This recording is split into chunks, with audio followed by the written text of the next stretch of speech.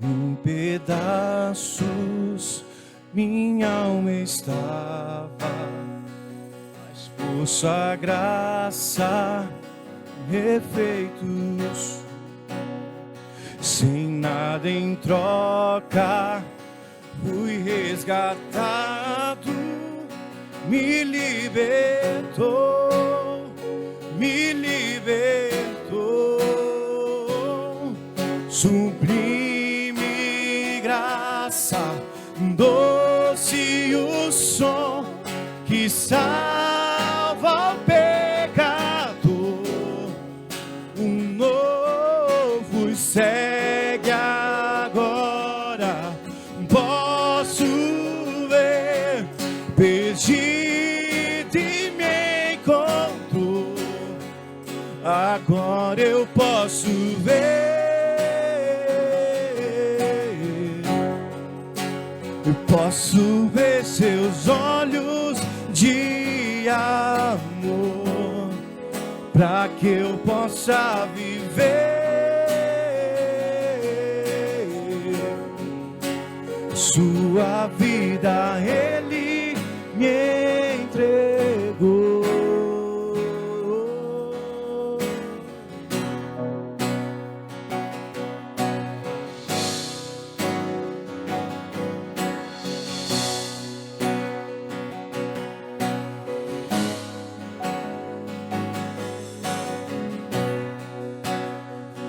Mesmo com falhas e com fraquezas, o seu tesouro em mim está. Minha vida entrego, serei teu vaso ao mundo ver o teu poder. Diga sobre essa graça, sobre essa graça. Sublime graça, doce o som que salva o pecado. O novo segue agora, posso ver, perdido e me encontro. Diga agora eu posso, agora eu posso ver.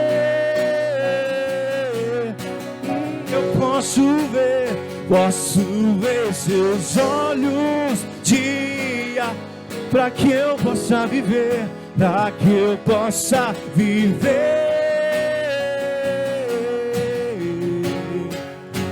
sua vida. Ele me entregou.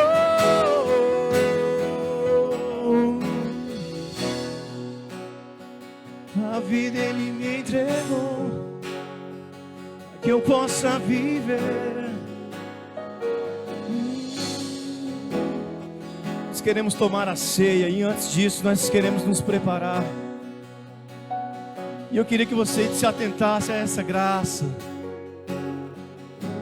A palavra fala que Ele está à porta, humildemente batendo, com toda a sutileza e educação. E se nós aceitarmos, se nós entendemos, Ele vai entrar, Ele vai ceiar conosco. E esse momento eu entendo um momento de paternidade, de um pai que olha para o filho e fala assim: filho, eu estou com você. Filho, me conta tudo, me conta como está sendo os seus dias. Eu sou seu pai.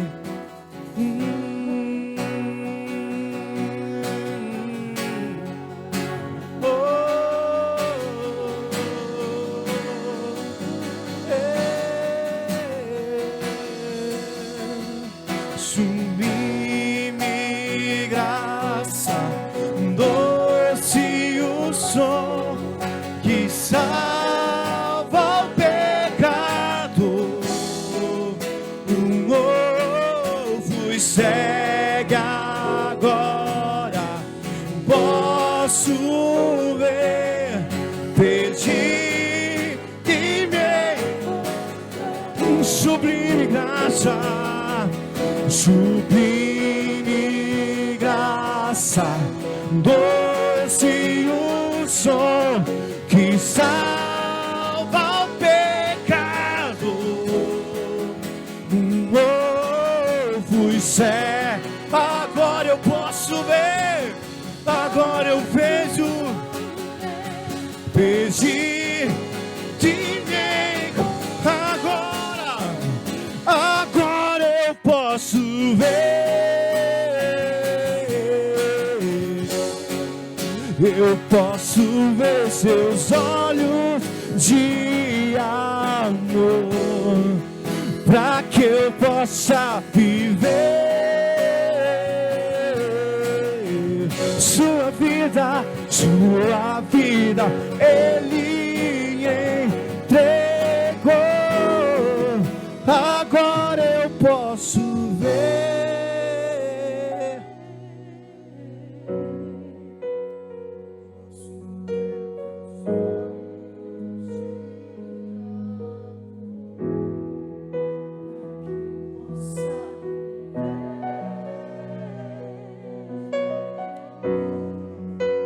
Sua vida. Você está com os elementos da ceia?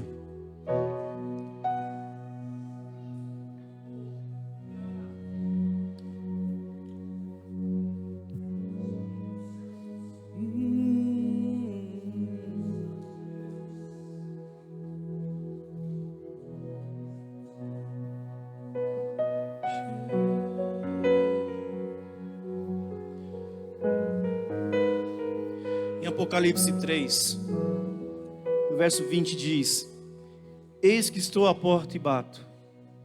Se alguém ouvir a minha voz e abrir a porta, entrarei em sua casa e com ele cearei e ele comigo. Eu entendo toda a gentileza do Espírito Santo em bater a porta do nosso coração e dizer assim: eu estou aqui, eu estou aqui. E essa noite, nessa ceia, você segurando aí esse pouquinho de suco, esse pedacinho de pão, Jesus vem nos convidar para ceiar com Ele. E é interessante que nós cantamos e nos apresentamos no começo do culto dizendo: Senhor, eu vim para adorar-te, eu vim para entregar tudo que tenho ao Senhor, as minhas fraquezas, as minhas forças, as minhas grandezas e as minhas miudezas. Eu vim para entregar tudo ao Senhor. E Ele diz assim: se você ouvir a minha voz e abrir a porta, eu vou ceiar com você. O Pai nos chama para ceiar com Ele. E é interessante que quando o Pai me chama para ceiar, quando eu sento à mesa dos meus pais, meu querido, é aquela hora que eu conto tudo para eles, é a hora que eu faço de tudo para ter a atenção deles. Eu me lembro que quando o meu avô era vivo e eu fui criado com o meu avô, a oportunidade que nós tínhamos de conversar na mesa era a hora que eu falava assim, eu contava tudo que eu podia para o meu avô, tudo que eu tinha conquistado, tudo que eu tinha perdido. E no meio das fraquezas, o meu avô me abraçava e falava assim: vai dar certo, eu sou com você. Essa noite o Senhor está nos chamando para ceiar com Ele, porque Ele está dizendo assim: conta tudo para mim, entrega tudo para mim. Então eu queria que você pegasse aí o suco, abra ele, pegue esse pedaço de pão, e antes de você beber, faça uma oração ao Senhor dizendo tudo que você tem para entregar para Ele nessa noite.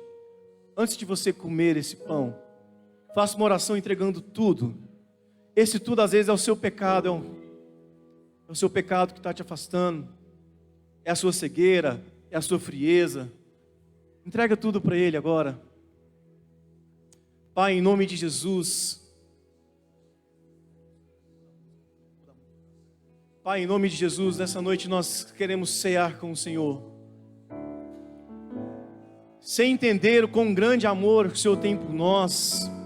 Esse amor maravilhoso, Deus, que um dia morreu por mim, por todos nós aqui numa cruz. O Senhor se fez, ó Deus, de um Deus tão grande aos menores de todos, nasceu menino para vir nos mostrar amor. Pai, essa noite eu quero entregar tudo que tenho ao Senhor nessa ceia. Perdoa, Deus, os meus pecados, Pai. aqueles que me afastam do Senhor. Perdoa, ó Deus, que haja perdão entre eu e meu irmão, porque eu não posso tomar a ceia se eu estiver, ó Deus, em desavença com meu irmão. Perdoa, ó Deus, as minhas falhas, Pai. Deus, que ao beber esse suco, que venha o Senhor possa me curar, trazendo cura, Deus, em nome de Jesus, te lançando fora todo câncer, toda doença do coração, Senhor, toda ansiedade, Senhor, tudo que vem nos afligido, Deus, restaura os ossos, Pai, restaura, Senhor, os rins, Deus, que o teu sangue em nós haja vida agora, Pai, em nome de Jesus, que esse pedaço de pão traga unidade ao teu corpo, Deus, a mim e ao meu irmão e essa igreja, Pai, em nome de Jesus, nós queremos ceiar com o Senhor nessa hora, em nome de Jesus, vamos ceiar.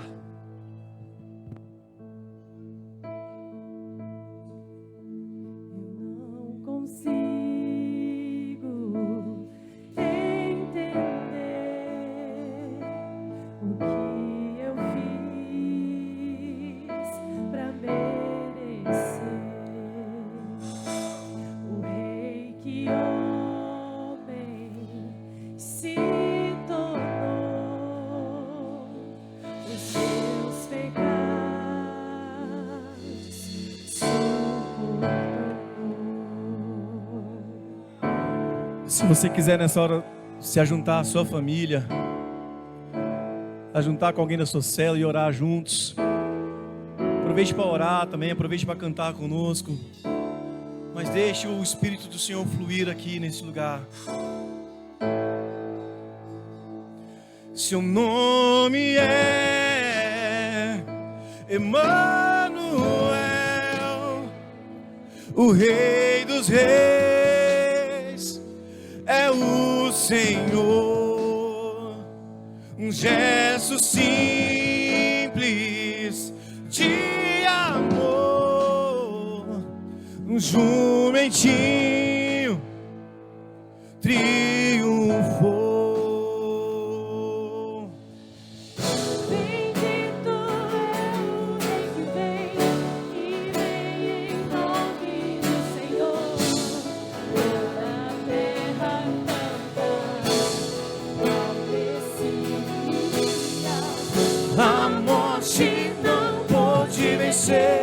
O sangue derramado foi ao descer o dia, ressuscitou.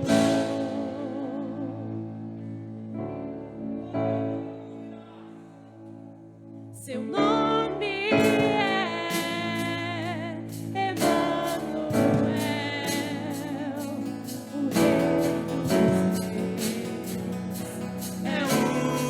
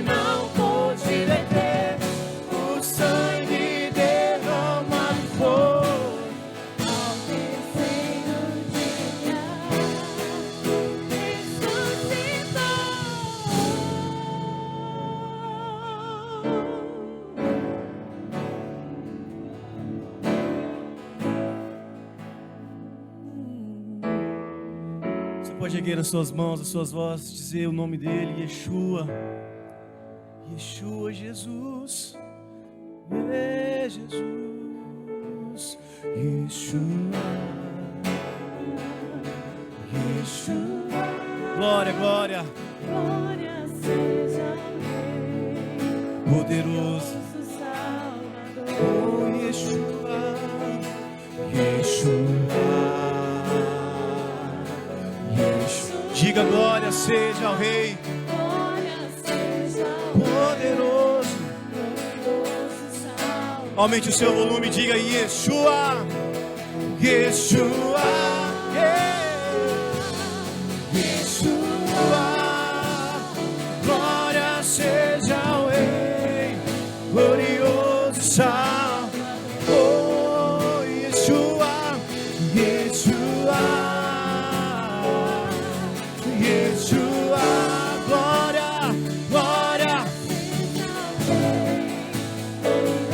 última vez. Yeshua, com toda a força. Yeshua, Yeshua, Yeshua. Glória seja ao Rei, glorioso Salvador. Yeshua, Yeshua, yeah. Glória seja ao Rei, glorioso Salvador. Bendito, bendito, bendito. Bendito é o Rei que vem em nome do Senhor. a terra canta ao Messias. A morte não pôde deter, o sangue derramado foi. Ao terceiro dia ressuscitou. Queria que você agora, se você puder aplaudir a Jesus, dê um aplauso a Ele.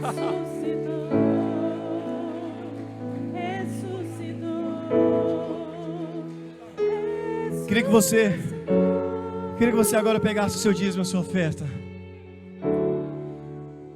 E se você puder ficar em pé no seu lugar, pega o seu dízimo, a sua oferta que você veio aqui, o seu dízimo que você veio devolver, aquela oferta que você veio semear com gratidão.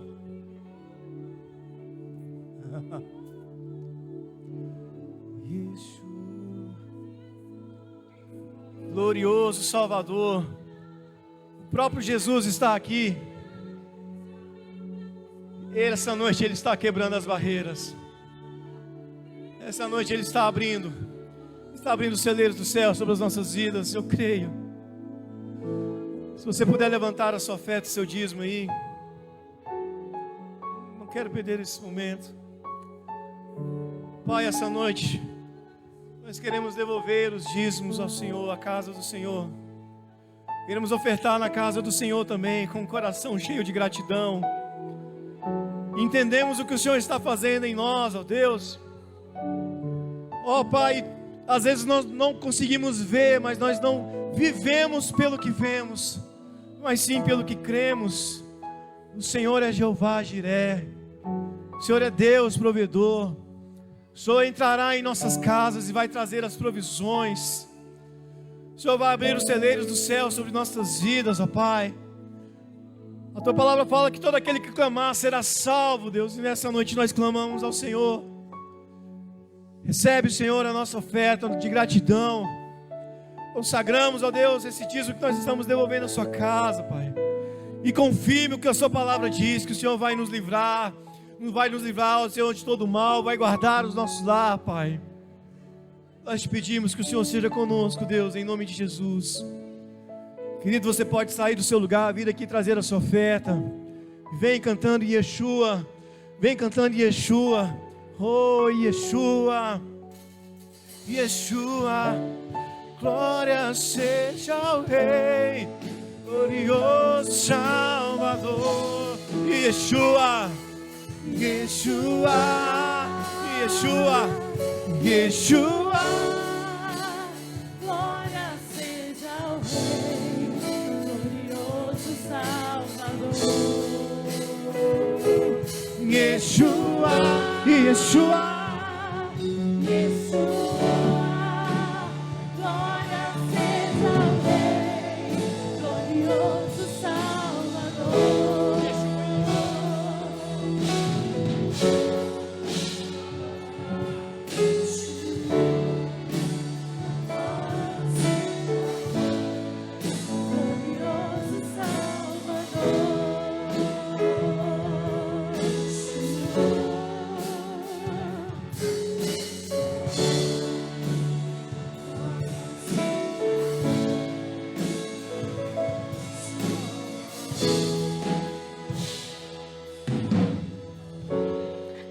Glória a Deus. Shalom, queridos. Graça e paz. Pode tomar o seu assento. Boa noite. Você que nos visita, seja bem-vindo. Em nome de Jesus. Nós vamos estar dando os avisos agora. O que vai acontecer a programação da igreja nessa semana, ok? Mas antes, o pastor Miro está atendendo a igreja num celular, num número de celular provisório. Se você quiser anotar aí, tirar uma foto, ok? 983035797. Esse é um telefone provisório do pastor, é um número provisório. Se você precisar falar com ele essa semana, você vai conseguir falar só nesse número, ok? E é desse número que ele está mandando alguma informação para a igreja. Daquele outro número você desconsidera. Ok, irmãos? Amém? Glória a Deus. Ok, nessa quarta-feira nós teremos rede de mulheres, às 20 horas. Então aí, anota aí. As mulheres estão em oração nessa quarta-feira, às 20 horas. Ok? Olha, nesse próximo sábado, agora do dia 1º, todos os jovens e que se considerem jovens estão convidados para estar aqui na porta da igreja a partir das 16h30. Nós teremos um evangelismo no Parque Macambira, mas nós vamos sair daqui neste sábado às 4h30 da tarde, da porta da igreja, ok? Para todos os jovens é essa programação. Se você quiser mais alguma informação, você pode procurar Yasmin, levanta a mãozinha, fica em pé, e Bruna Adriele. Fica em pé para o povo conhecer vocês de nome. Isso! Essas princesas, ok? Mais informações vocês podem falar com ela, mas é para todos os jovens estarem aqui às 16h30 na porta da igreja para sair para esse evangelismo. E no outro sábado, no dia 8, terá uma macrocélula aqui para os jovens. Será às 17h30. Então, nós estamos passando a agenda, as programações dessa semana da igreja. Ok? Então, anote aí. Neste sábado, né, no próximo sábado, dia 8, será a macrocélula às 17h30. Olha o horário, irmãos. Graça e paz. Graça e paz, igreja. Que bom te ver. Graça e paz, querido. Saudade de ti, amados. Coisa boa estar aqui contigo mais uma vez nessa noite. Amém? Aproveite o velho. Eu queria te convidar mais uma vez para a gente ficar de pé. E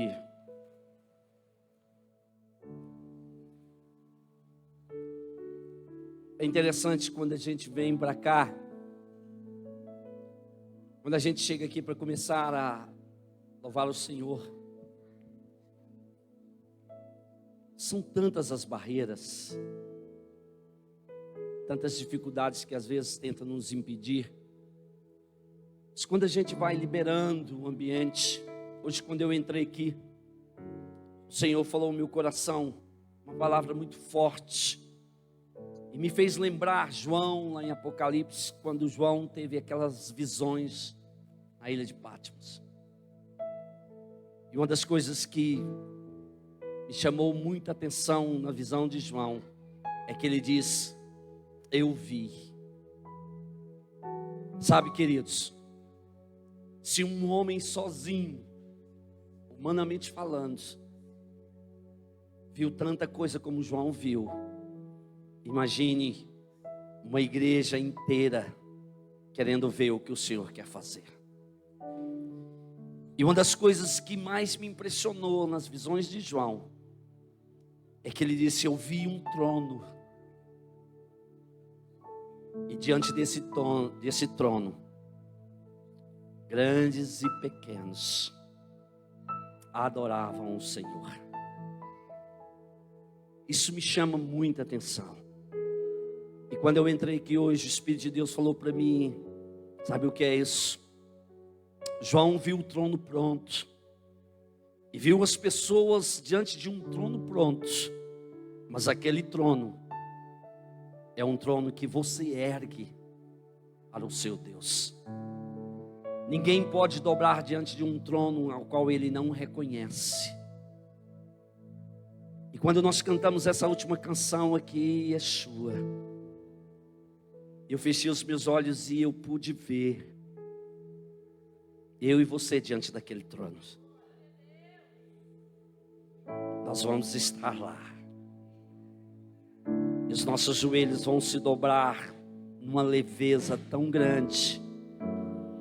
E as nossas coroas serão postas diante do nosso Rei. Eu queria que você entendesse isso nessa noite. Todas as vezes que você vier para cá, traga um trono para o Senhor. E erga esse trono para adorá-lo. Porque um dia você vai estar para a eternidade diante desse trono que você está treinando erguer aqui na terra. Eu queria que você fechasse os seus olhos por um instante mais.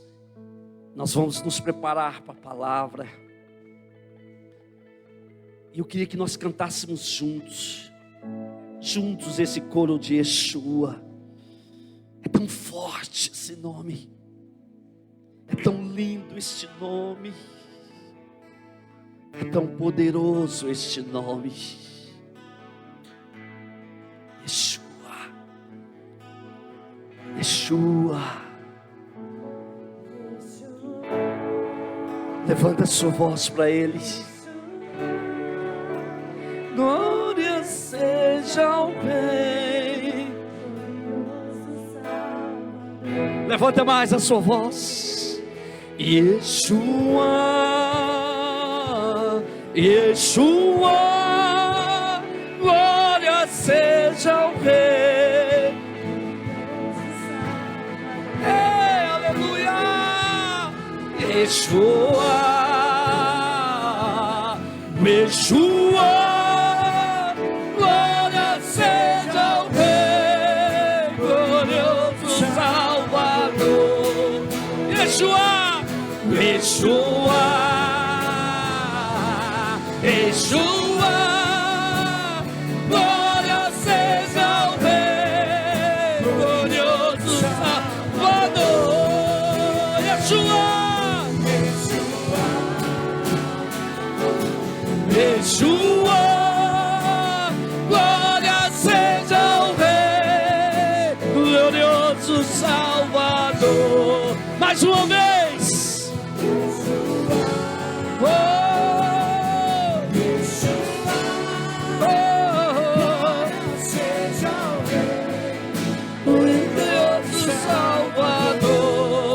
Agora bem lentamente. Yeshua, Yeshua, glória seja ao Rei, glorioso Salvador. Mais uma vez. Yeshua, aleluia. Yeshua, glória seja ao Rei, glorioso Salvador.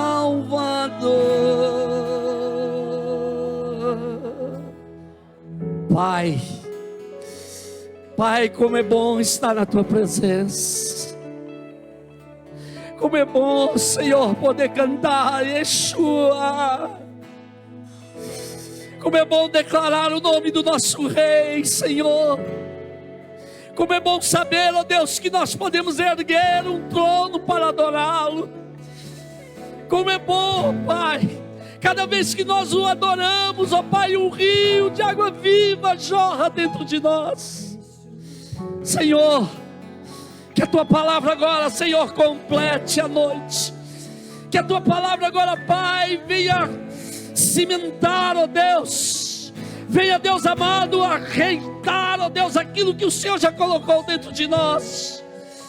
Que a Tua palavra, Deus, venha explodir dentro do nosso coração nessa noite. Porque nós queremos ouvir também a Tua voz pela palavra. Sabe por quê, Pai? Yeshua, Yeshua, glória seja ao Rei, glorioso Salvador. Yeshua, Yeshua, glória seja ao Rei, glorioso Salvador. Oh,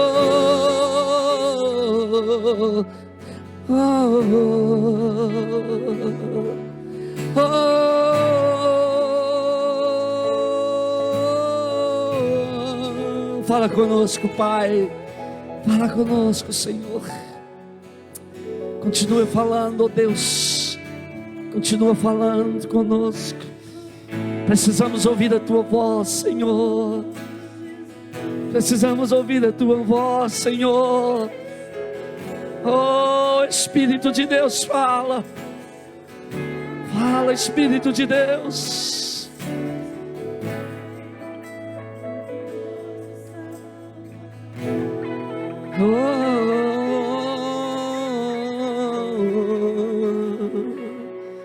Deus é bom. Deus é bom, queridos. Deus é bom o tempo todo, e o tempo todo Ele é bom.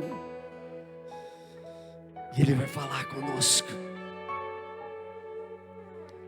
Dê um aplauso a Ele, pode se assentar. Amém. Aleluia, aleluia, aleluia. Eu tenho a honra nessa noite de receber aqui um casal muito lindo, amigos. Saíram daqui também dessa igreja um dia. Essa igreja é uma bênção, queridos. É um celeiro de gente que sai para pregar o evangelho. E eu quero ter a honra de apresentar hoje meu pastor Geraldo, minha pastora Cida. Vem cá, pastora Cida, eu quero que o povo te veja. Suba aqui. O pastor Geraldo vai estar ministrando. Vamos recebê-lo como profetas de Deus nessa noite, aplaudindo o Senhor pela vida deles. Uma honra recebê-los aqui. Foram pastores por 26 anos em Manaus. Agora estão em Goiás novamente. São daqui. Amém? Era na casa dele, queridos. A gente se comia assim um biju, um negócio legal. Amém? Pastores, aí estão a igreja de vocês. É uma honra recebê-los aqui no nosso meio. Saber que Deus tem usado vocês por onde vocês passam. Eu tenho certeza que a palavra que Deus vai ministrar aqui hoje tem lugar em cada coração aqui. Amém? Você pode abençoar esse casal. Levante as suas mãos, Pai. Nós os abençoamos. Porque sabemos, ó Deus, que estar aqui em Goiás foi, ó Deus, algo que o Senhor quis. Nesses dias que eles estão aqui entre nós, usa-os, ó Deus, com toda a autoridade que o Senhor já os tem dado. Por onde passarem, que discípulos sejam formados e que o Teu nome seja exaltado, ó Deus, no trabalho. Nós o abençoamos para ministrar a nossa vida, em nome de Jesus. Amém e amém. Amém. Amém, Jesus. Graça e paz, amada igreja. Amém. Bom, voltar a essa igreja, estar aqui nessa igreja, é como você voltar àquela casa que você nasceu. Eu acho que você já, não sei se você já teve essa emoção, mas é muito maravilhoso. A casa foi reformada, mas o lugar é o mesmo, né? E nós temos, assim, muita alegria de estar aqui nesse lugar. Aqui foi o lugar que, nesse mês de setembro, dia 14 agora, completou 36 anos que nós dizemos sim para o Senhor. E foi o dia que o Senhor começou a mudar a nossa história. E louvamos a Deus, porque Deus fez grandes coisas na nossa vida e continua fazendo.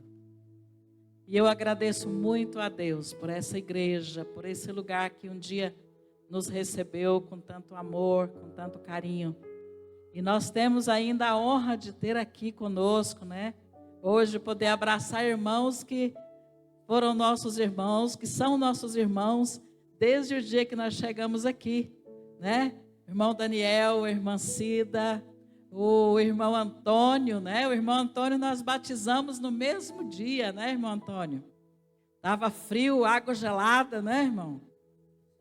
27 de dezembro de 1986, né, batizamos no batistério dessa igreja. E graças a Deus, eu sei que ainda tem outros irmãos, o pastor Elias, né, pastor, que estava lá ontem, né? Não sei se ele está aqui hoje. Tá não, né? Pastor Elias também. E outros irmãos que talvez eu não lembre o nome. Outro irmão que nós chegamos e cumprimentamos ele. Cadê o irmão, bem? Que eu não sei o nome dele. O moreninho, que com a irmã moreninha. Ali, ó. Ali a irmã ali, ó. Sim. Então, desses irmãos também, né? E se tem mais alguém também, gente, que amor, que carinho nós temos por vocês. E também temos um carinho muito grande pelo pastor Miro, o irmão Aneudes, pastora Aneudes hoje, né? Pastora Ângela, são nossos irmãos que também já esteve conosco em Manaus algumas vezes. E como o pastor já disse, nós pastoreamos ali, levamos a Igreja de Cristo para Manaus em 95. Ficamos ali por 26 anos. E aprove a Deus que há 1 ano e 4, 5 meses nós estamos de volta aqui em Goiânia. Voltamos à terra natal. E deixamos lá em Manaus 2 filhos, 2 netas. E a filha mais velha hoje está em Curitiba. Hoje somos avós de 5 netos. E nosso filho caçula também, já com 33 anos, servindo o Senhor, hoje também consagrado como pastor. E Deus realmente mudou a nossa história, Deus mudou a nossa vida. E hoje nós podemos dizer que temos filhos que servem ao Senhor com alegria e que começaram a conhecer o Senhor também nesse lugar. E esses dias mesmo, pastora Maura, do pastor Agostinho, estava dizendo: pastor, até hoje eu me lembro das suas menininhas pequenininhas na frente, na escola bíblica dominical, cantando os corinhos que a gente ensinava na salinha, tão bem afinadinhas que até hoje eu lembro da voz delas. E até hoje elas são adoradoras do Senhor. E o nosso filho também é um adorador do Senhor, é musicista, e hoje serve o Senhor também pastoreando o rebanho do Senhor. Eu louvo a Deus por isso. E eu quero deixar uma palavra para você aqui.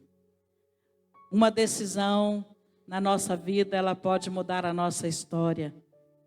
Ou para a bênção, ou para a maldição. E você está aqui hoje, quem sabe é dia de você também tomar uma decisão na sua vida. E deixar o Senhor mudar a sua história também. Hoje nós somos frutos de uma decisão. A nossa decisão marca a nossa vida. E quando nós tomamos essa decisão perante o Senhor, abrimos o nosso coração para Ele, deixamos Ele ser não somente o Salvador da nossa vida, mas deixamos Ele ser o Senhor da nossa vida, Ele vai controlar toda a nossa história. E que Deus abençoe a sua vida. E nós amamos esta igreja. E cremos que muitos saíram daqui, mas muitos ainda sairão, viu, pastor? Em nome de Jesus. E serão bênção. Onde você for, o Senhor te usará como bênção. Que Deus os abençoe. Nós amamos vocês. Amém, queridos. Graça e paz. Quero fazer das palavras da minha esposa as minhas palavras. É muito bom estar aqui. Lembro-me realmente,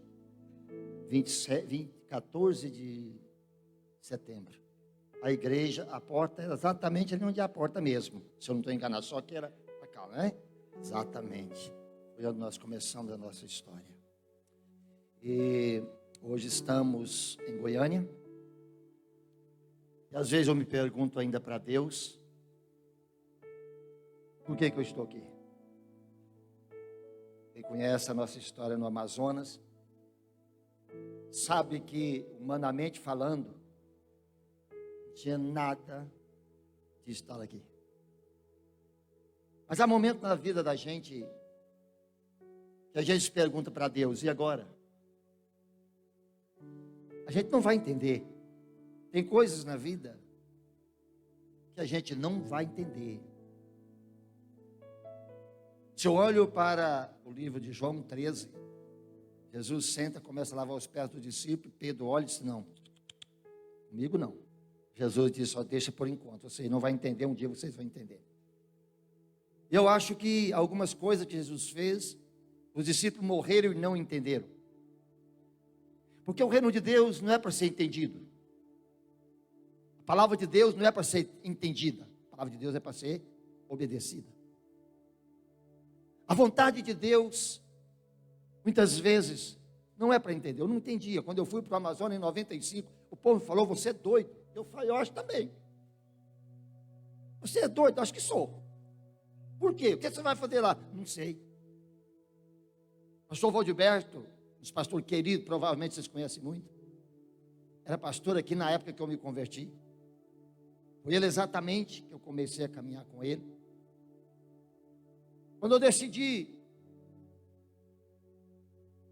deixar de trabalhar como motorista de ônibus e tentar trabalhar secularmente para manter a minha vida, o pastor Valdiberto pensou, eu disse para mim, eu pensei, acho que aquele homem é meio doido. Como é que deixa o emprego e vai? Pouco tempo, eu deixei de trabalhar secularmente, falei, agora eu vou ver da obra. Obra como? Estava começando o Rio Formoso, não tinha dinheiro para comprar tijolo. O pastor Valdiberto falou, acho que eu tenho quase certeza que esse cara é meio doido mesmo. Quando eu fui para o Amazonas, ele disse, não penso que ele não acha, não, eu tenho certeza, ele é doido mesmo. Eu não entendi nada. Tem coisa na minha vida que eu não entendo.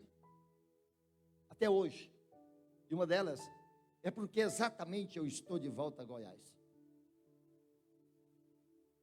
Alguns irmãos, como já foi dito, conhecem o nosso trabalho lá. Estive lá agora no mês de julho, celebrando 26 anos. Foi uma grande festa. Foi muita celebração. Temos trabalhos nos ribeirinhos. Temos trabalho fora. Temos trabalho em Manaus. Tem pastor em Fortaleza, tem pastor em Boa Vista. Saíram de lá, em Belém. Agora Deus fala, chegou o seu tempo.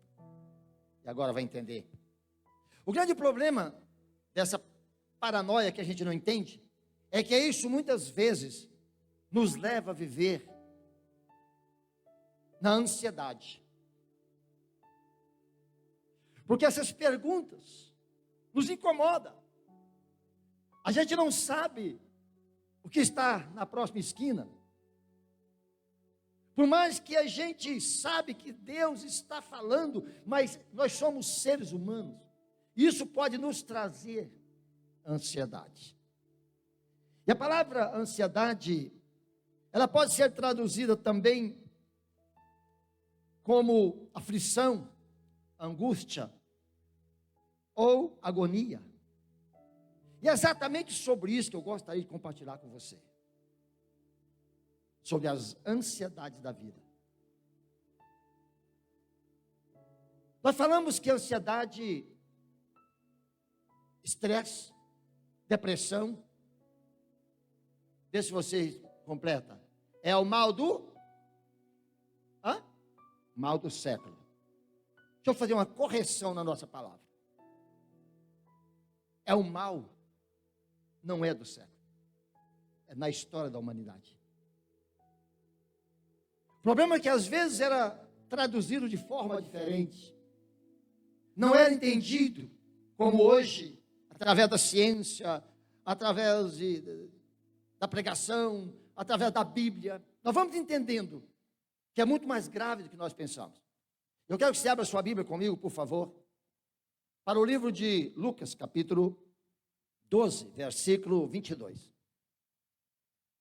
Lucas, capítulo 12, versículo 22, mas também Marcos, você vai ver, Mateus faz parte, ou melhor, Mateus também fala um pouco, porque esse texto que nós vamos ver faz parte do chamado Sermão do Monte. Mateus também fala um pouco sobre esse momento de forma diferente, mas eu escolhi o livro de Marcos, capítulo, ou de Lucas, desculpa, é Lucas, eu falei Marcos? Não, né? É Lucas. Lucas, capítulo 12, versículo 22 diz assim, escute. A seguir dirigiu Jesus a seus discípulos, dizendo, por isso vos advirto, não andeis ansiosos pela vida, quanto ao que haveis de comer, nem pelo corpo, o quanto haveis de vestir, porque a vida é mais do que o alimento, e o corpo mais do que as vestes. Se eu pudesse, quero dar o tema, a ansiedade é um inimigo imperceptível a ser vencido. Marque bem isso. Talvez nós não percebemos que somos ansiosos por natureza. Especialmente, ou com mais intensidade, as mulheres. As mulheres, elas têm a tendência de ser mais ansiosas do que homens. Mas homens também são ansiosos. Vou falar algo aqui que você pode achar estranho, mas eu já tive a oportunidade de conversar com uma pessoa tão ansiosa que ele dá descarga no vaso antes de usar. Não é piada. Pessoas dizem isso para mim. Isso é por quê? Não sei. Eu chego no vaso, eu vou fazer, eu dou descarga. Foi por quê? Eu não sei. Já que eu vou ter que dar descarga, eu dou primeiro. Eu não estou entendendo. Irmãos, isso é coisa assustadora. Quer ver? Vamos pensar juntos. Quando alguém casa, a primeira coisa que vem na cabeça, no casamento, de forma geral, uma visão geral, o que pensa quando um jovem está casando? Qual é a primeira coisa? Eu vou falar da ansiedade do casamento, não. Vou falar antes, depois do casamento. Qual é a primeira coisa que vem na cabeça da mãe do casal? Filho. Será que nós vamos ter filho? Quando a mulher engravida, ela fala, como é que vai ser a gravidez? Eu estou ansiosa para ver com quem vai parecer. Irmão, quando a criança nasce, ele parece com todo mundo. É incrível. Semana atrasada eu estava na casa da minha irmã, e meu irmão de Manaus, eu estava aqui, e meu irmão de Manaus tinha avisado que ia nascer um neto. Eu estou lá, saí de uma pregação, saí daqui, cansado, vou comer uma pamonha, as irmãs estavam lá, minha esposa, mas a minha irmã, ei, você tem notícia lá de Manaus? Eu falei, de que, minha filha? Do neto do Juvenal. Eu falei, não sei. Não, mas falou que ia nascer. Eu falei, gente, se vai nascer, vai nascer. Não, mas eu quero saber. Aí eu liguei para o irmão. Irmão, e aí? Não, nasceu ainda não. Eu falei, tá vendo? Espere. Quando foi antes de ontem, eu estava no médico, de manhãzinho. O menino nasce de manhã, de madrugada. A primeira pessoa que eu mandei uma foto. 24 fotos do menino. Pastor, conta aí. Falei, gente, aí o que eu fiz? Esparramei no meio da família. Todo mundo queria saber. Minha esposa foi pegar e falou, nossa, mas é a cara. Eu falei, bem, o menino nasceu ontem. Era como, sabe, isso, gostoso. Aí o menino cresce, a mãe fica assim, ó. Tô doido para esse menino crescer, para cuidar da vida dele. Está dando trabalho demais. Aí o menino cresce, a gente vai para casa, deita, não consegue dormir porque o menino chega na rua. Ah, fala sério. Ah, não, agora vai dar certo, meu filho vai casar. Será que vai dar certo? Será que a esposa vai tratar bem? Será que o esposo vai tratar bem? E como vai ser o meu netinho quando nascer? Gente, essa é a vida. E a gente não percebe que isto é ansiedade. Não percebe, mas é ansiedade. Nós somos assim. Desde quando? Desde que existe gente. Nós somos assim. Nós queremos saber mais, queremos ter mais. Porém, o grande problema de tudo isso é que, segundo no livro de Provérbios, no capítulo 12, versículo 25, diz que a ansiedade, se você quiser me acompanhar, Provérbios 22, deixa eu conferir aqui para você não errar, 12, 25, diz que a ansiedade, ela traz enfermidade. Tem muitas pessoas que são doentes, patologicamente, e o problema veio da ansiedade. A pessoa, os hormônios mudam, agem de forma diferente, e a pessoa passa de ansiedade para a depressão. E se não tiver cuidado, vai para a opressão. E assim sucessivamente. Porque o livro, a Bíblia diz que a ansiedade do homem o faz adoecer. Muitos de nós somos doentes. Quer ver? Pessoas que ansiosas não dormem. Quem não dorme, fica doente. Tem que tomar o hormônio do sono. Eu não pedi permissão à minha esposa, não vou contar isso. Deixa eu falar algo muito assustador aqui. Não é ciência. Mas eu acho. Então, para mim, o maior problema da pandemia não foi o vírus em si. Foi o que veio e nos... É claro que ele existiu e realmente fez uma tragédia. Mas era um desespero, irmãos, em Manaus. Quando começou, vocês não têm noção. Irmãos, acho que Manaus foi a pior cidade. Porque naquela época que começou o vírus, em 2020, no mês de março, por aí, naturalmente lá já tem uma epidemia, um vírus lá, horrível. Os hospitais enchem, as pessoas adoecem, as águas estão subindo, e tem mosquito demais, irmão, você não tem noção. Aí juntou tudo. E aí veio a mídia dizendo, olha, você não pode ir para o hospital. Agora, como você não vai para o hospital se você está doente? Você só vai se tiver faltando ar. Ora, aí as pessoas estavam morrendo na porta do hospital. Aí tem aquelas imagens das pessoas não entrando no hospital, morrendo lá e não tendo lugar para sepultar. Irmãos, isso trouxe. Manaus ficou realmente assim, com uma bomba. Todo mundo tinha medo de todo mundo. Você tem noção, eu passei mal demais com Covid. Mas liguei para o médico, meu discípulo, ele disse, pastor, infelizmente, médico, infelizmente não venha não. Porque se você não está com Covid, você vai pegar Covid. Ele falando. Fiquei em casa. E eu fui curado tomando chá em casa. Só descobri que eu estava com Covid depois. Porque o sintoma era outro, não vou entrar em detalhe. Depois fui no médico, o médico olhou para mim, olhou com essa palavra. Você está com Covid, mas o que é Covid, rapaz? Tem sintoma nenhum de Covid? O que tem a ver Covid com rim? Ele falou tudo. Você tem problema de rim, você está passando mal do rim. E ele olhou para mim e falou, rapaz, sua saúde é boa, cara. Com essa palavra, tem uma expressão assim, nossa saúde é boa, macho. Porque da tua idade, pegar Covid, vai para a terra mesmo. Eu falei, que é isso? Eu pensei, se eu não estava igual, morro, né? Era um médico particular. Mas ele olhou para mim e disse, não, você não vai morrer de Covid, não. Pode voltar para cá. Eu falei, obrigado. Quer dizer, né, pelo menos me ajudou, né? E estava mesmo. Mas a minha esposa entrou em depressão por causa do Covid. Começou a ver algumas coisas lá. Quando eu cheguei em casa um dia, eu estava, nunca tinha visto ela acontecer. Ela veio lá, abraçou comigo, começou a chorar. Ela estava sentada na cadeira, ela começou a chorar, desesperada. Pelas notícias. Falei, a partir de hoje, quero televisão em casa. Já que eu morava mesmo lá, né? Fica aqui mesmo. Fiquei lá para lá, liguei a televisão, esquece. Porque o problema, a tensão foi tão grande, a ansiedade foi tão grande, que a gente estava mais doente por ansiedade, por pressão, do que da própria doença em si. Não estou, por favor, não sou negacionista, não sai falando de mim, não. Não é isso, não. Mas estou falando que certa circunstância é pior do que a doença em si. É por isso que o livro de Provérbios está dizendo que a ansiedade, ela adoece o homem. Adoece mesmo. E aqui Jesus agora está nos dando alguma lição em relação a isso. Ele mostra algumas coisas interessantes. Ele olha, primeiramente, nós temos que entender que a ansiedade não é um caso de hoje, não é a doença do século, ela sempre existiu. Como nós já vimos no livro de Provérbios, vai ver no livro de Salmo daqui a pouco.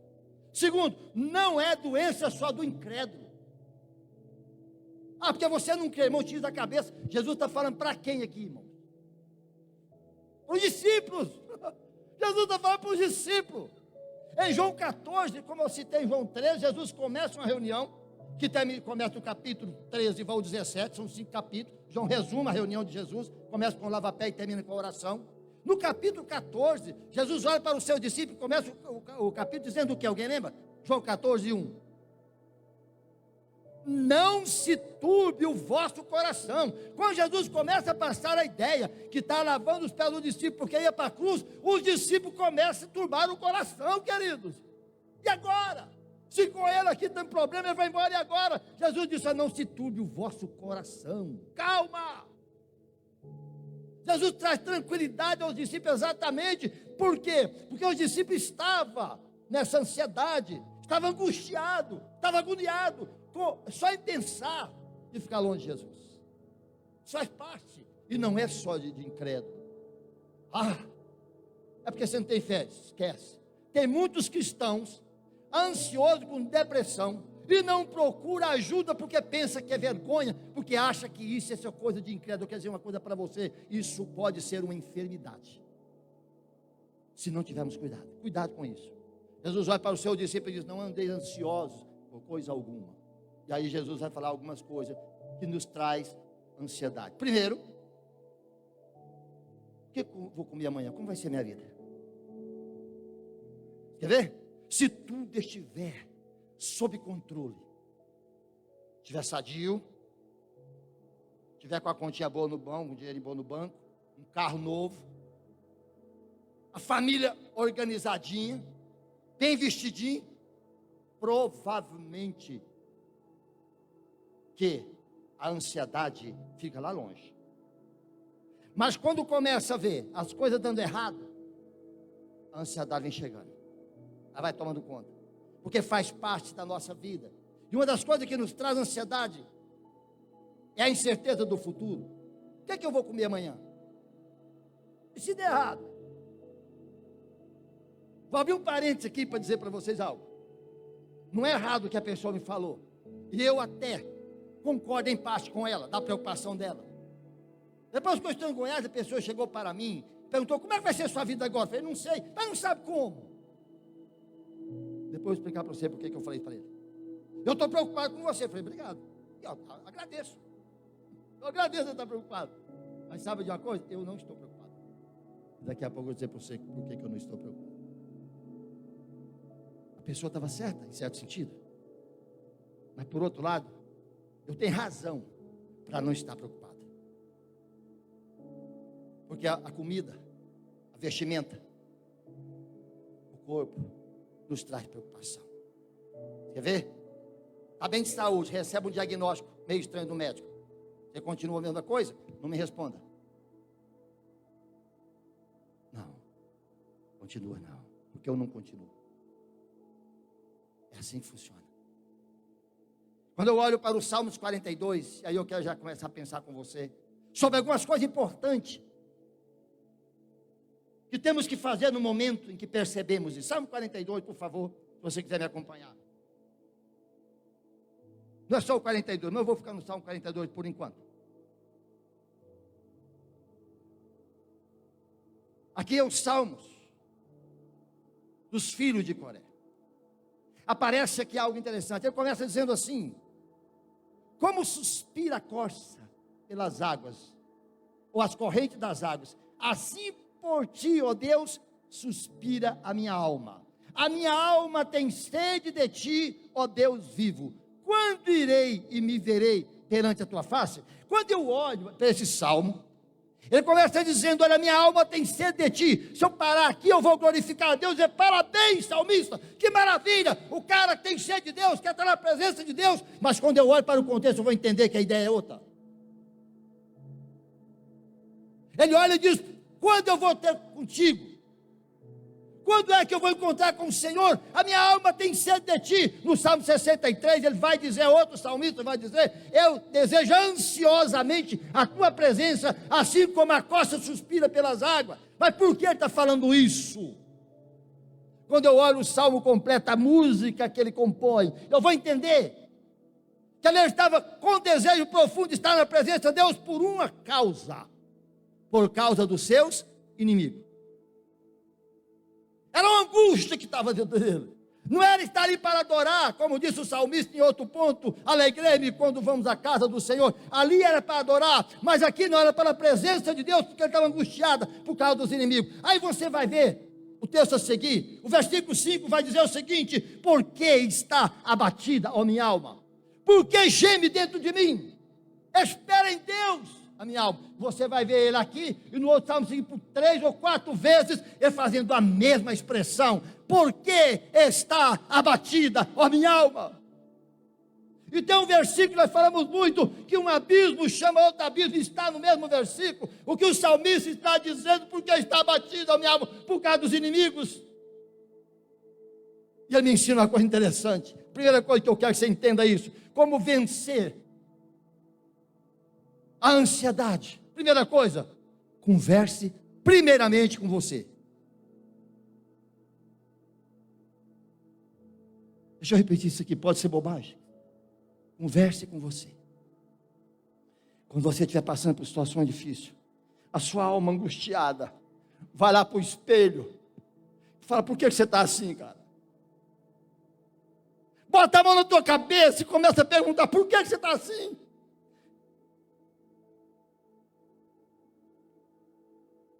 Por que está passando por isso? Qual é essa angústia? Comece a confessar para você mesmo o que você está sentindo. Sabe qual é o nosso grande problema? Primeiro, a gente não conta para ninguém. E aí a gente entra no quarto e vai viver a nossa solidão. E é aí que ele está dizendo no versículo 7, porque um abismo chama outro abismo. Se eu entro para o meu quarto e fosse jogar no meu quarto, calado, sem contar para ninguém, não falar nem comigo, um abismo vai chamar o outro abismo. E esse é um grande perigo da nossa vida. Permita-me contar o que aconteceu com a minha vida nesse sentido. No ano de 2012, muitos oraram por mim, pelo meu filho. Meu filho com 22 anos. Depois de 2 anos, quase 3 anos de tratamento em Manaus, não descobria. Cheguei aqui em Goiânia. O médico fez uma bateria de exame e disse para mim: seu filho está com linfoma. O que é isso, doutor? O senhor pode traduzir para mim? Descanse no sistema linfático. 22 anos. Nunca tinha ido ao médico. A não ser quando ele caía, batia a cabeça, cortava, tinha dar ponto que ele é peralta. Falei, e agora? E Deus já tinha me falado lá em Manaus. Um dia eu falei para a mãe dele: Cida, falei, prepara o teu coração. Porque não é qualquer coisa que o Davi está vivendo, passando. Ele não é assim. Ela disse, não, essa é preocupação sua. Eu disse, não. Prepara o teu coração. Nós chegamos aqui, o médico falou isso para mim. Eu vou resumir. No dia 26 de fevereiro de 2012, depois de ter passado por um processo, descoberto que ele estava indo no 4º estágio, de 1 a 4 ele estava no 4º estágio. A medula óssea dele, suspeita até naquele dia, estava no terceiro estágio, a medula óssea dele já tinha sido contaminada, segundo o doutor César Bariano, falou, mas eu preciso fazer uma biópsia para saber, da medula para me saber. No dia 26 de fevereiro, estava na casa do meu irmão, aguardando o dia de fazer a biópsia, exame da medula óssea. Mas o médico já tinha me garantido, no mínimo, ele está no 3º estágio, de 1 a 4. Agora imagina o coração de um pai, de uma mãe, ver isso, de um filho que era promessa. Ontem eu vi um pregador falando que há um momento da nossa vida que, mesmo as promessas da gente, é colocado em xeque. A incerteza bate. E bate mesmo. Mas naquela noite foi marcante na minha vida, horrível. Eu estava no quarto, vi o meu filho gelado. Parte quente, parte fria. A mãe dele deitada na outra cama chorando. Eu levantei, angustiado, passado, comecei a chorar. Eu comecei a conversar com a minha alma. Por que eu estou assim? Mas eu não tinha resposta. A angústia era tanta que eu não tinha resposta. E Deus falou comigo: por que você está assim? Eu não sei.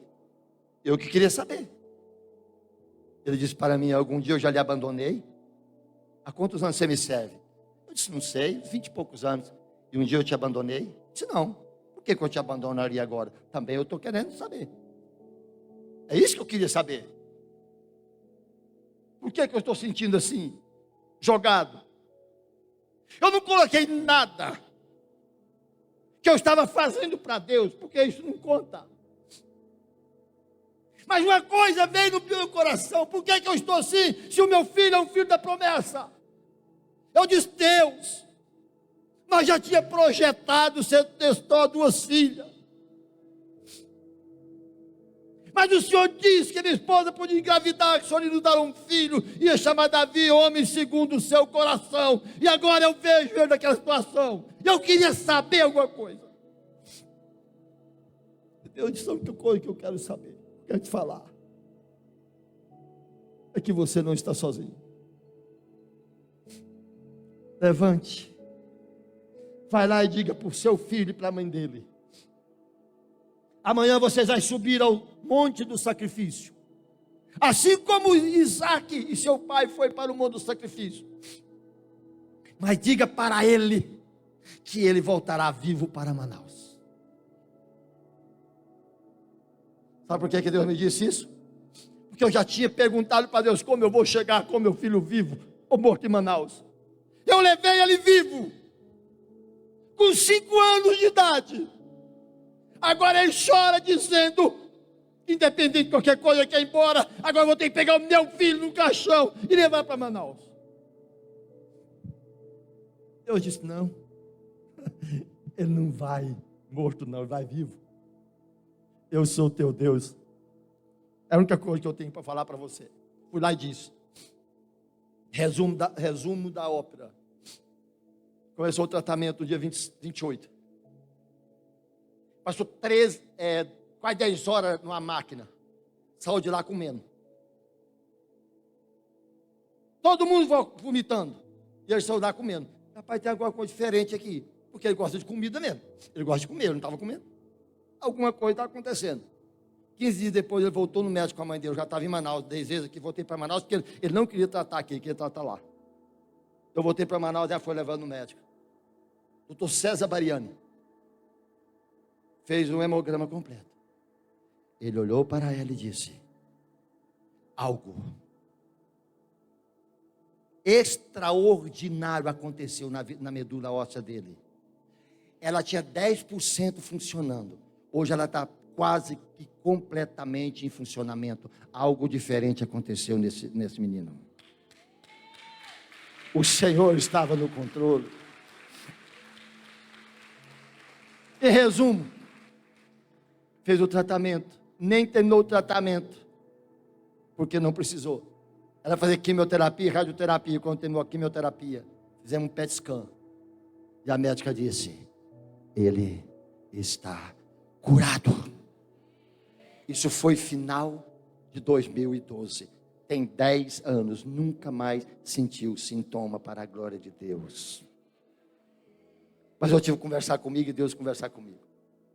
Esse é o cuidado de Deus. A primeira coisa, saiba, converse com você mesmo. Segunda coisa, espere em Deus.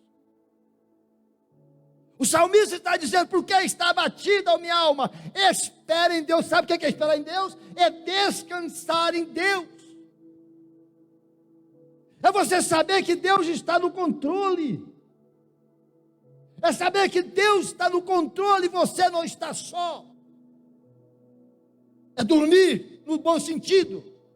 Descansar mesmo. Quando você está dormindo, você não pode fazer nada. Exatamente o que Deus está falando para você hoje. Quando você estiver angustiado, você não pode fazer nada. Descansa e espera nele, porque ele vai cuidar de você. Ponto. Ouça o que eu vou lhe dizer. A pior coisa é tomarmos decisões em tempo de crise. Já se disse, não é minha frase, que é pior do que uma crise é uma decisão que se toma dentro dela. Vou repetir. Pior do que a crise é uma decisão que se toma dentro dela. Não se tome decisão em crise. Quando você estiver angustiado, estiver desesperado, estiver passando por crise, faça uma coisa, descanse, vai quietar e vai dizer para Deus: Deus, eu não tenho força, aqui é o Senhor. Quando eu cheguei com a notícia do meu filho lá no apartamento do meu cunhado, eu estava lá. Minha esposa entrou para o quarto e disse: Deus, e agora? Ele disse claramente para ela: vocês pregam sobre fé. Agora chegou o momento de vocês depender daquilo que vocês pregam. Você agora vai depender da sua fé. Você vai viver por fé. Agora é comigo. Jesus olha para os seus discípulos e disse: por que vocês estão ansiosos? Com o que comer? Com o que vestir? Por que você está assim com a vida? E aí Jesus conta a história, vocês sabem disso. Os pássaros não semeiam, nem plantam, nem guardam comida. No entanto, eles não passam fome. Em outras palavras, os lírios do campo, que hoje está bonito, amanhã é lançado fora, jogado no forno. Eu vos digo que eu cuido deles, que nem Salomão vestiu como um deles. Se eu cuido deles, por que eu não cuido de você, homem de pequena fé? Falando para os discípulos. Às vezes a gente precisa tomar esse choque para entender. Permito-te contar a experiência de um homem. Esse homem era muito rico, ele é de Brasília. E ele andou contando o que eu vou contar agora nas reuniões da Adonep. Ele era muito rico, e naquela época que o Collor prendeu todo o dinheiro, a Zélia Cardoso prendeu todo o dinheiro, ele quebrou. Ele entrou em depressão profunda. Um dia, ele pegou a picape dele, na época uma D20. Tinha fechado várias, estava abandonado várias garagens, inclusive autorizadas da Chevrolet e muitos outros. Mas tinha quebrado, tinha nada. Ele pegou o carro dele, pegou um revólver e disse, sem contar para ninguém, hoje eu acabo com a minha vida. E aquele homem saiu para um monte perto de Brasília, lugar isolado, parou o carro, abriu a tampa do carro, a tampa traseira do carro, sentou e começou a chorar. Ele não era cristão, chamado evangélico. Depois passou um tempo, ele entrou na gabine do carro, pegou o revólver, saiu. Quando ele saiu, ele contava isso, ele viu um pássaro veio voando, passou perto dele, assentou no carro dele, lá na carroceria onde ele estava. Diz que o pássaro estava esperando ele sair de lá. Quando ele entrou pousou na carroceria do carro, aquele protetor de caçamba, o pássaro começou a cantar. E logo começou a chegar outros pássaros. E ele percebeu que os pássaros sentados ali, começou a comer resto de semente que tinha caído no suar da picape, quando ele tinha levado alguns sacos de semente para a fazenda. E ele ficou olhando aquilo. Vários pássaros veio ali e começou a comer. Veio uma voz e disse para ele: você não veio aqui a tirar sua vida. Você veio aqui cuidar desses pássaros, porque não tem quem cuida deles. Disse a ele: se eu trouxe você aqui para cuidar desses pássaros, por que eu não cuidaria de você? Aquele homem caiu em prantos e se converteu ali, e ele deu muito testemunho na Donep. Donep é a Associação de Homens de Negócio. Homem de Deus. E ele se converteu. E ele dizia: se esse Deus é capaz de me usar para cuidar de um pássaro, por que Deus não vai cuidar? E esse homem voltou e prosperou, ficou rico e, acima de tudo, pregador da palavra. Olha aqui para mim. Segunda coisa que nós temos que entender, primeiramente. Primeira coisa, fale com você mesmo, assuma isso.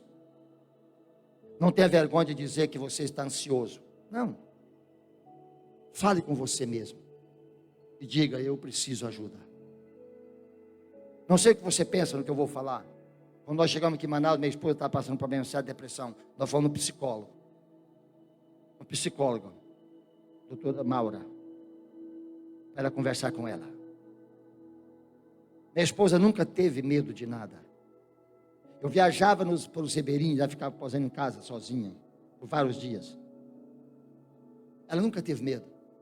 Chegou aqui em Goiânia, ela estava com medo de tudo. Um dia chegou no apartamento, ela pulou nas minhas pernas. Aquele dia eu vi que tinha chegado ao extremo, ela pulou nas minhas pernas e disse: em nome de Jesus, me ajuda, me ajuda. Começou a chorar. Naquele momento, eu desesperado, liguei para o pastor Agostinho, falei com a pastora Maura, nós fomos lá. Passamos a tarde, ela conversou com ela, depois conversou comigo.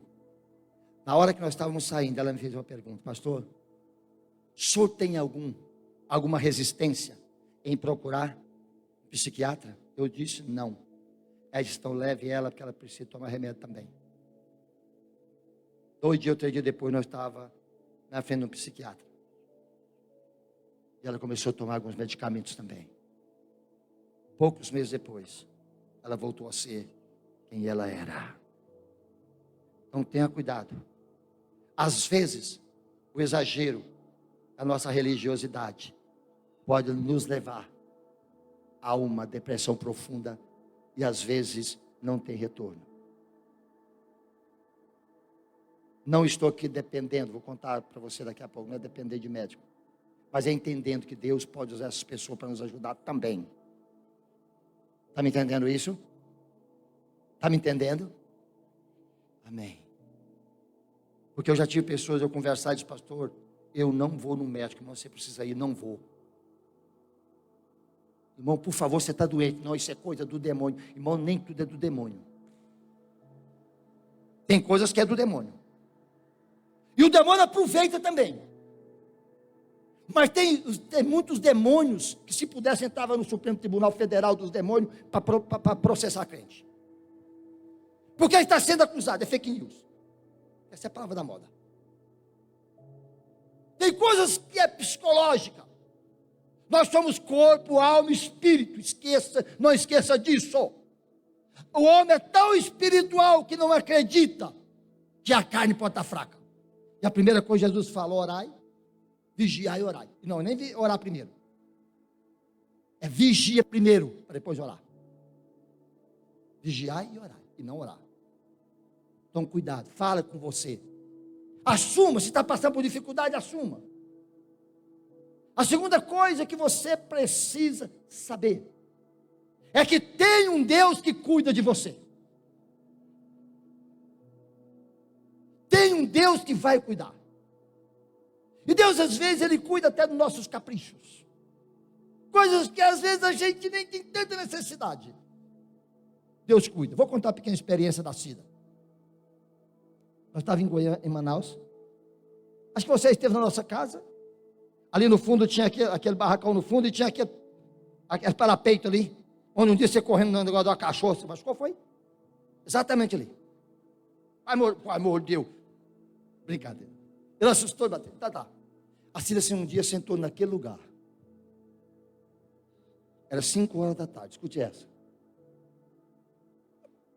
O sol estava baixinho. E ele olhou. No quintal do vizinho tinha um pé de mamão. E ela bateu aquela saudade de Goiás. E pensou, nem falou, ela pensou: oh, meu Deus, que saudade do meu povo. Que vontade de comer um doce de mamão.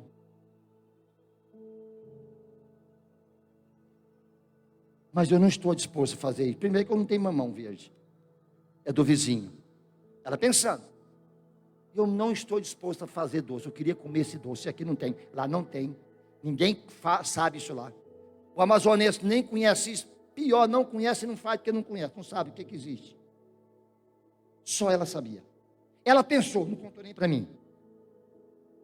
Isso era aproximadamente 5 horas da tarde. O sol estava baixinho. Falou para ninguém. No outro dia, era mais ou menos 11h30, meio-dia, a campainha toca. Pegamos o telefone e perguntamos: quem é? Ela perguntou. É a Raquel, pastora Zélia. Pastora Zélia é uma pastora mineira que está em Urucará. Se um dia for no Amazonas, procure a pastora Zélia, lá em Urucará, mineira. Aí a Cida abriu a porta, ela entrou com a mala, a mochila, colocou no sofá, abriu, tirou uma vasilha dentro da sacola de plástico, sacola de supermercado, disse que minha mãe mandou para a senhora. A Cida olhou: o que é isso? Doce de mamão.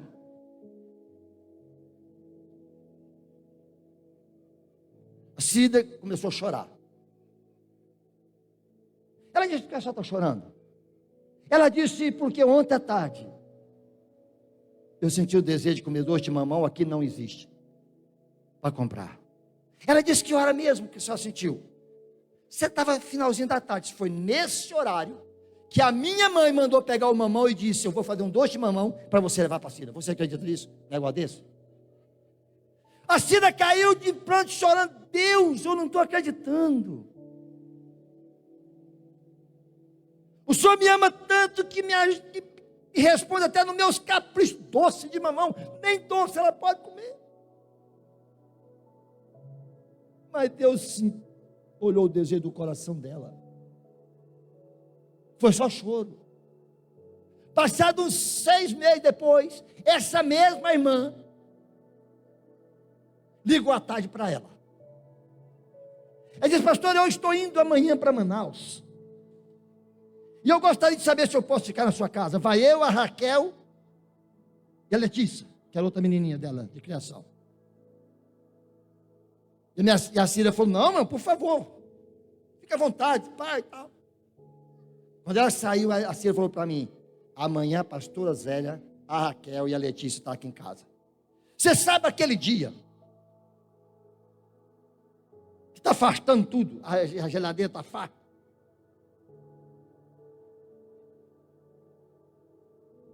Só tem água e luz. E a minha luz ainda estava atrasada.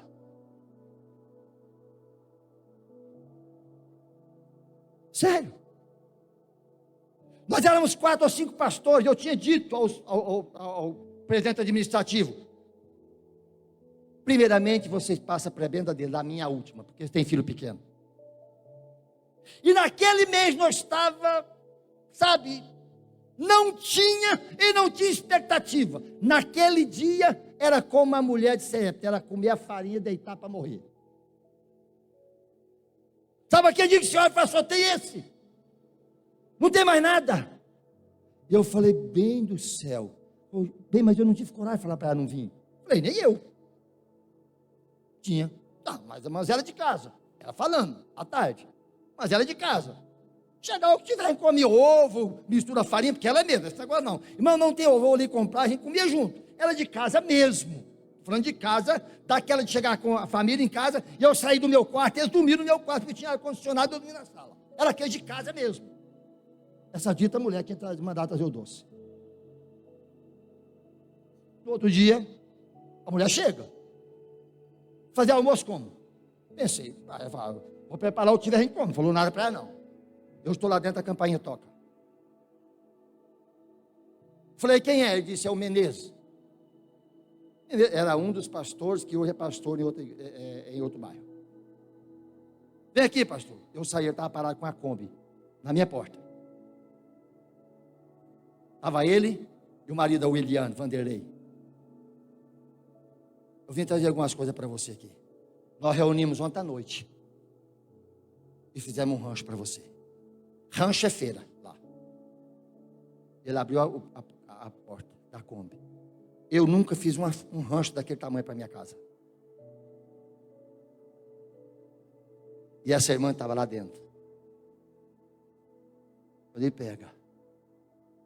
Desceu tudo aquilo. De tudo. No final, enfiou a mão no bolso, tirou uma oferta e disse, isso aqui foi os irmãos mandou para você. E nós começamos a chorar. Do nada. E a irmã Zélia, então, começou a perguntar. Não, nem perguntou. E ela foi tomada por Deus. Ela não sabia de nada. E ela disse, eu cuido de vocês, como tenho cuidado todos os dias. Não duvide. Eu sou o Deus que cuida de vocês. Não andeis ansiosos. Depois que nós oramos, choramos o tempo todo, que nós fomos fazer almoço, que assim foi contar a situação que nós estávamos. Você sabe quantas vezes isso aconteceu na minha vida? Com 36 anos de convertido? E com 30 de ministério ou mais? Só essa vez. E eu não posso negar que eu tenho um Deus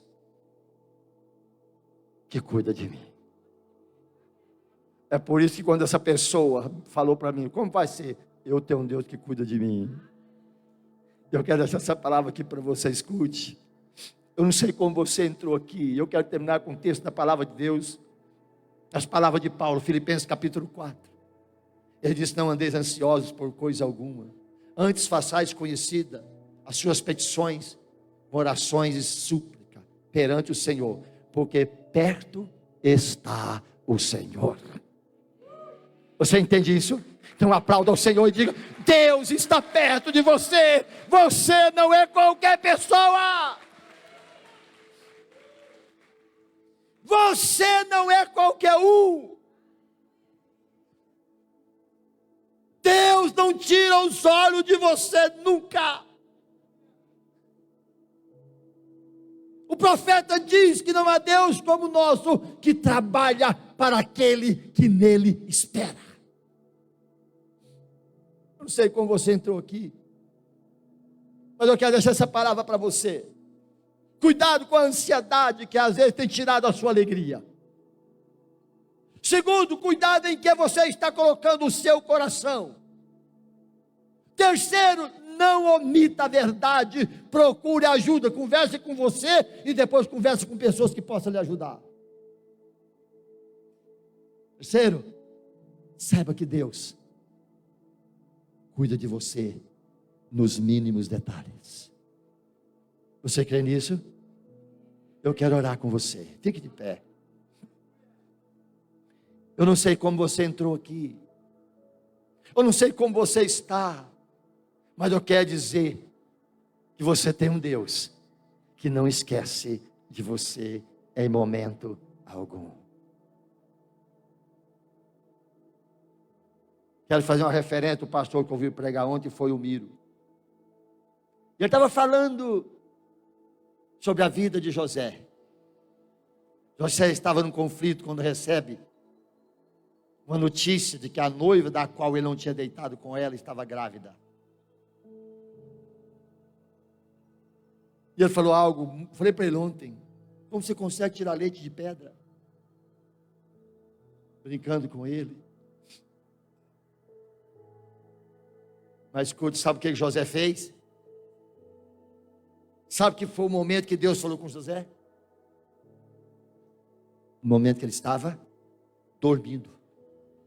Veio em sonho e falou com ele. Dormir ali significa descansar. Moisés estava angustiado no deserto. O sogro de Moisés veio com ele, Jetro. Diz: você não vai suportar. E ali ele instrui Moisés. Moisés para tudo. E você vê no capítulo 19 de Êxodo, Moisés vai para o monte. Sabe quantos dias Moisés fica ali? Alguém me ajuda? 40 dias. Você sabe quantas palavras Moisés falou com Deus? Eu não encontrei nenhuma. Foi só Deus que falou com Moisés. Já imaginou você 40 dias calado? Sabe qual é um dos nossos grandes problemas? Nós falamos muito e ouvimos pouco. E hoje Deus está dizendo: sossega, porque quem vai falar sou eu, quem vai cuidar sou eu, é eu que cuido de você. Os teus problemas podem ser maior do que você, mas não é maior do que o Deus que você serve. A sua angústia pode tirar a sua paz, mas não remove o poder daquele que controla todas as coisas. Eu quero convidar você aqui, se você quer receber uma oração e deixar diante de Deus ou diante da cruz aquilo que está tirando o seu sono. Sai do seu lugar, vem aqui. Enquanto o Ministério de Louvor, se quiser vir, por favor, cantando uma canção, vem aqui, eu quero orar com você. Talvez o que está tirando seu sono hoje é o resultado de um exame inesperado. Talvez uma notícia que você não gostaria. Talvez a frustração de um sonho que você tinha colocado diante de Deus. Eu não sei. Eu não conheço as suas fraquezas, mas eu conheço o Deus que você serve e que eu sirvo. Ele vai cuidar de você. Deus me trouxe aqui para te dizer isso. Eu sou Deus que não durmo, nem cochilo. Eu sou um Deus que cuida de você. Eu sou um Deus que cuida da sua empresa. Ela não é sua. É eu que cuido. Você apenas é um mordomo ali dentro. Os outros podem falir, mas você não, porque eu estou cuidando de você. Aguarde, e você verá o que eu vou fazer, porque eu sou Deus que cuida de você. Feche os seus olhos, coloque a mão no seu coração. Oh, te amo, Deus. Oh, Senhor. Começa a olhar para dentro de você e começa a perguntar para você mesmo: por que você está batida, minha alma? Por que você está assim? Converse com você mesmo. Eu não vou impor as mãos sobre você, mas eu quero que você comece a falar com você mesmo agora.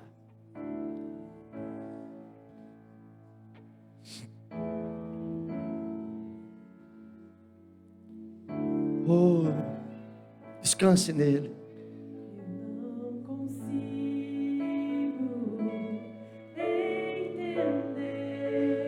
Você não precisa entender. Você não vai entender. E nem precisa. Você precisa crer.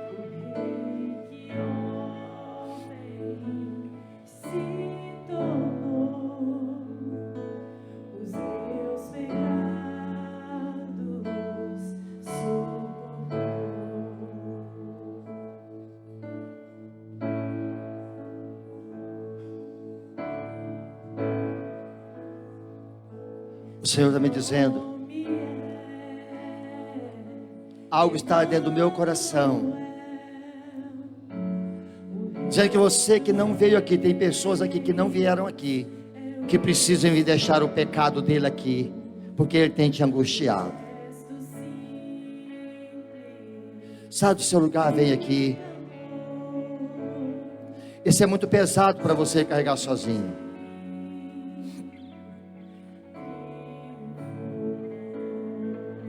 Diga isso para Deus: Deus, eu estou cansado.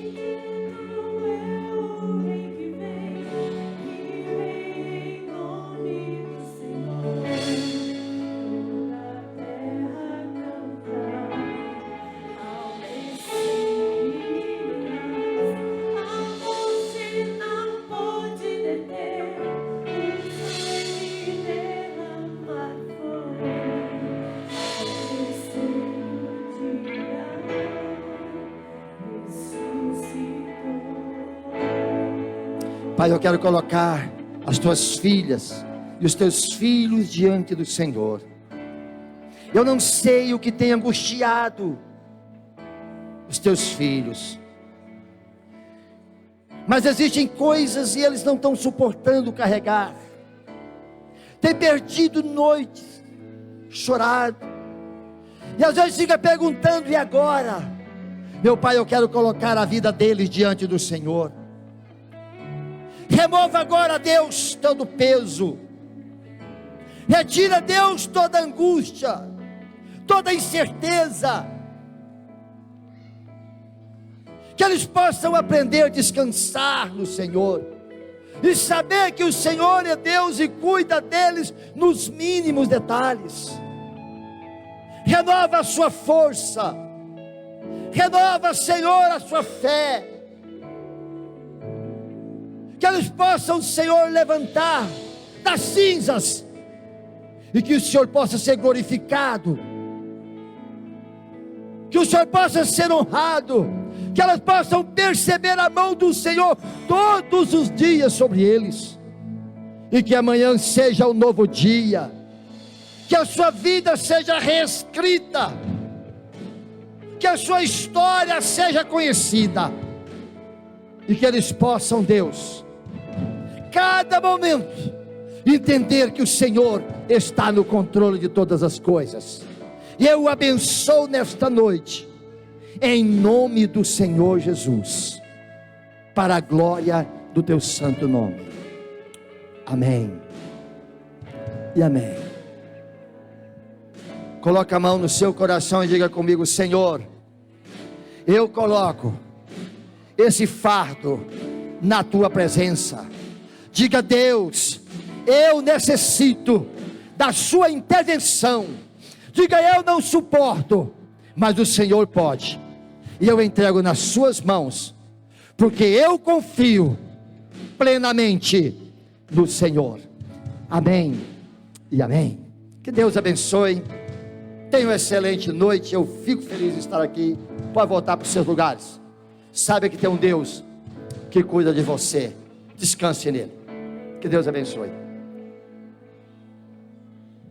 Obrigada, meu pastor. Glória a Deus. O choro pode durar uma noite, querido, mas aquele que confia em Deus, a alegria vem pelo amanhecer. Amém? Levante suas mãos para os céus. Vamos agradecer a Deus por esse grande momento que estivemos diante dEle. Pai, nós te damos graças. Muito obrigado, Senhor, pelo que o Senhor fez em nós, pelo que o Senhor é, por tudo que o Senhor, ó Deus, há de fazer.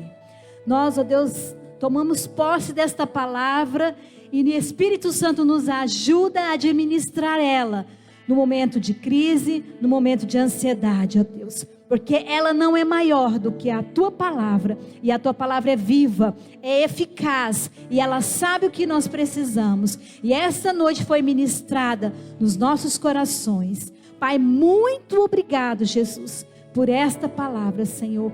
Muito obrigado. E nesta hora, Senhor, nós abençoamos também a vida do pastor Geraldo, a vida da pastora Cida, das meninas, do Davi, Senhor, de toda a sua parentela. Guarda-os e livra-os em nome de Jesus. Em nome de Jesus. Amém, querido? Deus é muito bom. Deus é maravilhoso. Levante suas mãos para o céu mais uma vez. Que a graça, o amor, a paz que excede todo entendimento venha sobre você e a sua casa, em nome de Jesus. Shalom, queridos. Vai em paz.